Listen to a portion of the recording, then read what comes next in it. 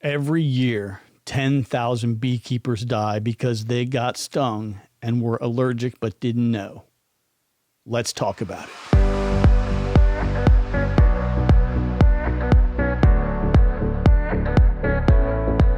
Hey everybody, welcome to the channel today, Beekeeping for Newbies. Thank you so much for stopping by here. And for the record, 10,000 beekeepers don't die every year from anaphylaxis and from getting stung by bees, but roughly about 100 to 200 people do. And that's why I want to talk to you today about our beekeeping tip of the day.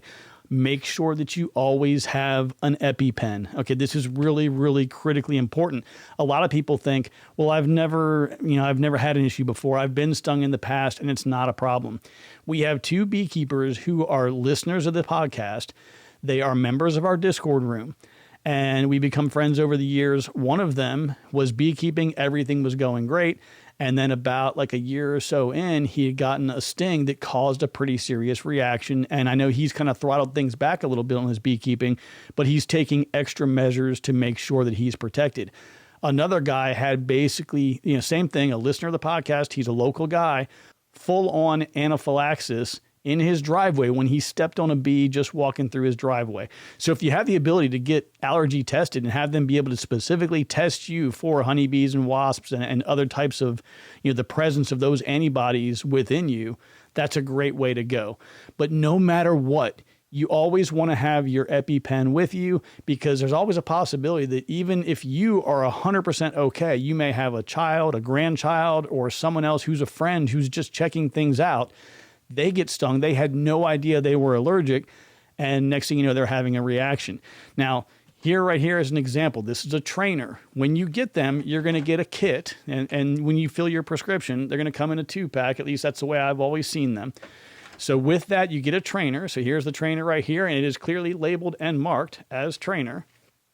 All you got to do, this is super simple. Now, I really didn't want to do this today, but I am going to show a little bit of leg. This is not, this is not going to lead to anything else. So don't go get any ideas here, but we're going to show a little bit of leg today because I want you guys to see how you do or how you administer this and how you use the auto injector. When I say auto injector, what's going to happen is when you push this against your body, the needle is automatically going to come out. The hypodermic syringe will come out, go into your body and begin to administer the medication. So we're going to show you how it's done right now. Here we go.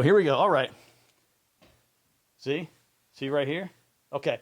Now here's the trick I recommend. First off, we got to pop the blue off, right? Now here's my trick. Take your elbow, just put it against your side, okay? So you got your hands to your side, just put the elbow in, and you're just going to come straight down. You want to be at an angle off to the side of your thigh here, right? So basically you pop right here. Your auto injector is ready to go. Stick and hold 3 seconds. 1, 2, 3, and you're done. That's it. Now, if you want to see the other leg, you got to go to the OnlyFans page to check that out because I'm not showing any more leg. Okay, so another thing that's important to remember, if you call 911, you're just thinking like, I don't want to mess around with an EpiPen. I'll just have the guys at 911 handle things for me. EMS can come show up and they can handle everything. It'll be okay. In a lot of rural areas, it is not uncommon for a 911 call to be answered by an emergency medical technician basic or an EMTB. An EMTB, they are allowed to assist you with your medication. So if the prescription is made to your name, it is not expired, they can assist you with your EpiPen. They cannot administer it for you, and they cannot allow or condone you to do it if it is expired or there's any other issue with it. But if you don't have an EpiPen, they're going to put you in a status what they call load and go. They're going to load you in the ambulance and go down the road with no medication. An EMT basic is not allowed to administer this medication because inside the ambulance, they're not going to have an auto injector. And if they did, there are some places that have protocols in place where they will have auto injectors they could use. But generally speaking, you're going to have an EMT intermediate or a paramedic. And I know these levels have changed. I've been out of it for a while. I think they do like advanced medic or advanced medic. They've changed the whole thing. But what I'm getting at is an EMT basic is not going to draw up the 1 to 1,000th concentration of epinephrine, put it in a syringe, and administer that to you, via intramuscular, which we just did with the auto injector, or subcutaneous, like in the back of your tricep. They're not going to be able to do that.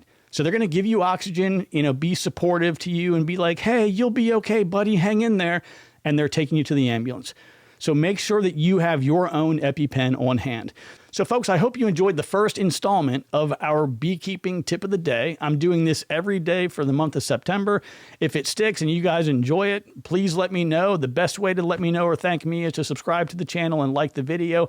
If you want to see something else, if there's a tip that you want to hear in the next 30 days, leave a comment below. And I promise you, if it is a real valid tip and not some kind of sarcastic smart butt comment, I will absolutely do it.